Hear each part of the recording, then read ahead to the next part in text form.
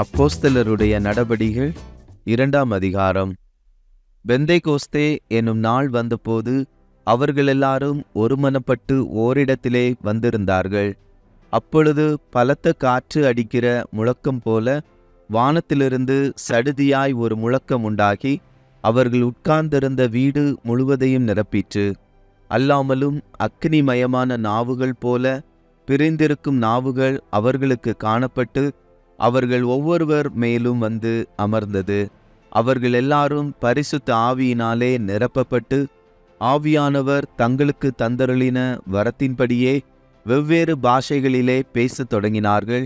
வானத்தின் கீழ் இருக்கிற சகல தேசத்தாரிலும் இருந்து வந்த தேவ பக்தியுள்ள யூதர்கள் அப்பொழுது எருசலேமிலே வாசம் பண்ணினார்கள். அந்த சத்தம் உண்டான போது திரளான ஜனங்கள் கூடி வந்து தங்கள் தங்கள் பாஷையிலே அவர்கள் பேசுகிறதை அவர்கள் கேட்டபடியினாலே கலக்கமடைந்தார்கள். எல்லாரும் பிரமித்து ஆச்சரியப்பட்டு ஒருவரை ஒருவர் பார்த்து, இதோ பேசுகிற இவர்கள் எல்லாரும் கலிலேயர் அல்லவா? அப்படி இருக்க நம்மில் அவர்களுடைய ஜென்ம பாஷைகளிலே இவர்கள் பேச கேட்கிறோமே, இதெப்படி? பார்த்தரும் மேதரும் ஏலாமீத்தரும் மெசொப்பொத்தாமியா யூதேயா கப்பத்தோக்கியா பொந்து ஆசியா பிரிகியா பம்புலியா எகிப்து என்னும் தேசத்தார்களும் சிரேனே பட்டணத்தை சுற்றியிருக்கிற லிபியாவின் திசைகளிலே குடியிருக்கிறவர்களும் இங்கே சஞ்சரிக்கிற ரோமாபுரியாரும் யூதரும் யூத மார்க்கத்தமைந்தவர்களும் கிரேத்தரும் அரபியருமாகிய நாம் நம்முடைய பாஷைகளிலே இவர்கள் தேவனுடைய மகத்துவங்களை பேச கேட்கிறோமே என்றார்கள். எல்லாரும் பிரமித்து சந்தேகப்பட்டு இதென்னமாய் முடியுமோ என்று ஒருவரோடொருவர் சொல்லிக் கொண்டார்கள். மற்றவர்களோ இவர்கள் மதுபானத்தினால் நிறைந்திருக்கிறார்கள் என்று பரியாசம் பண்ணினார்கள். அப்பொழுது பேதுரு 11 கூட நின்று அவர்களை நோக்கி உரத்த சத்தமாய், யூதர்களே, எருசலேமில் வாசம் பண்ணுகிற ஜனங்களே, நீங்கள் எல்லாரும் அறிந்து கொள்வீர்களாக, என் வார்த்தைகளுக்கு செவி கொடுங்கள். நீங்கள் நினைக்கிறபடி இவர்கள் வெறி கொண்டவர்கள் அல்ல. பொழுது விடிந்து 3ஆம் மணி வேளையாயிருக்கிறதே, தீர்க்கதரிசியாகிய யோவேலினால் உரைக்கப்பட்டபடியே இது நடந்தேறுகிறது. கடைசி நாட்களில் நான் மாம்சமான யாவர் மேலும் என் ஆவியை ஊற்றுவேன். அப்பொழுது உங்கள் குமாரரும் உங்கள் குமாரத்திகளும் தீர்க்க தரிசனம் சொல்வார்கள். உங்கள் வாலிபர் தரிசனங்களை அடைவார்கள். உங்கள் மூப்பர் சொப்பனங்களை காண்பார்கள். என்னுடைய ஊழியக்காரர் மேலும் என்னுடைய ஊழியக்காரிகள் மேலும் அந்நாட்களில் என் ஆவியை ஊற்றுவேன். அப்பொழுது அவர்கள் தீர்க்க தரிசனம் சொல்வார்கள்.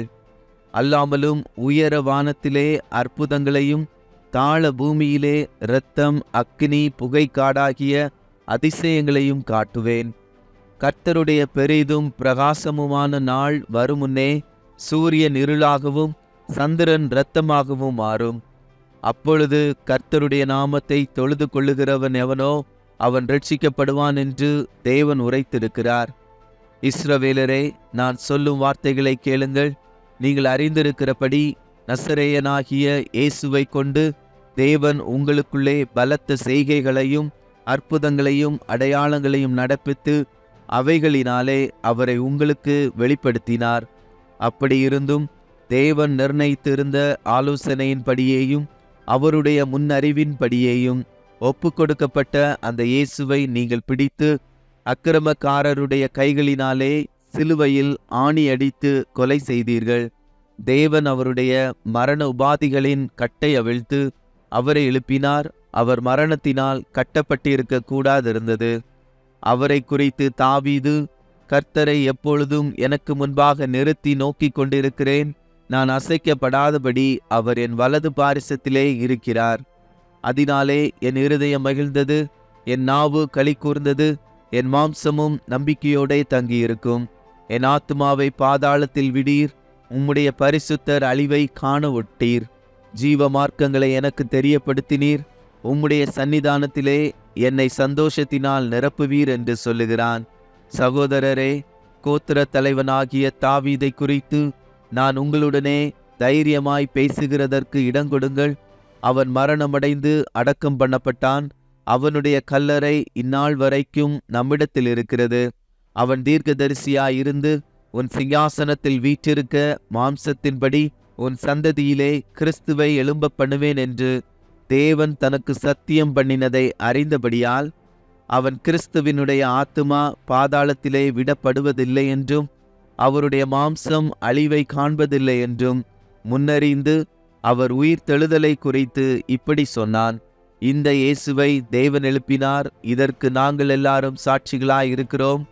அவர் தேவனுடைய வலது கரத்தினாலே உயர்த்தப்பட்டு பிதா அருளிய வாக்குத்தத்தத்தின்படி பரிசுத்த ஆவியை பெற்று நீங்கள் இப்பொழுது காண்கிறதும் கேட்கிறதுமாகிய இதை பொழிந்தருளினார். தாவீது பரலோகத்திற்கு எழுந்து போகவில்லையே, நான் உம்முடைய சத்துருக்களை உமக்கு பாதப்படியாக்கி போடும் வரைக்கும் நீர் என் வலது பாரிசத்தில் உட்காரும் என்று கர்த்தர் என் ஆண்டவருடனே சொன்னார் என்று அவனே சொல்லியிருக்கிறான். ஆகையினால் நீங்கள் சிலுவையில் அறைந்த இந்த இயேசுவையே தேவன் ஆண்டவரும் கிறிஸ்துவும் ஆக்கினார் என்று இஸ்ரவேல் குடும்பத்தார் யாவரும் நிச்சயமாய் அறிய கடவர்கள் என்றான். இதை அவர்கள் கேட்டபொழுது இருதயத்திலே குத்தப்பட்டவர்களாகி பேதுருவையும் மற்ற அப்போஸ்தலரையும் பார்த்து, சகோதரரே, நாங்கள் என்ன செய்ய வேண்டும் என்றார்கள். பேதுரு அவர்களை நோக்கி, நீங்கள் மனம் திரும்பி ஒவ்வொருவரும் பாவ மன்னிப்புக்கென்று இயேசு கிறிஸ்துவின் நாமத்தினாலே ஞான ஸ்நானம் பெற்றுக்கொள்ளுங்கள். அப்பொழுது பரிசுத்த ஆவியின் வரத்தை பெறுவீர்கள்.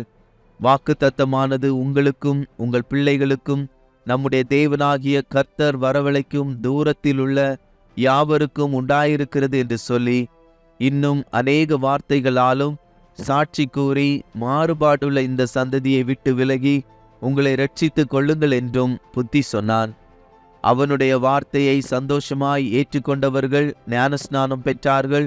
அன்றைய தினம் ஏறக்குறைய 3000 பேர் சேர்த்து கொள்ளப்பட்டார்கள்.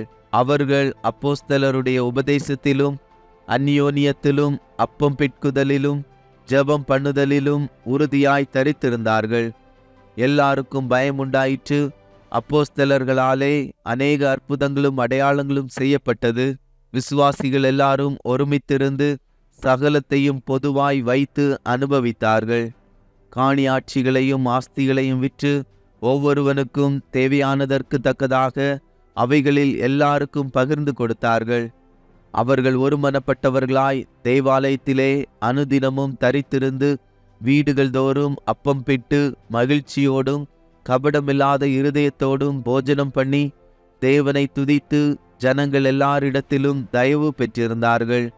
ரட்சிக்கப்படுகிறவர்களை கர்த்தர் அனுதினமும் சபையிலே சேர்த்து கொண்டு வந்தார்.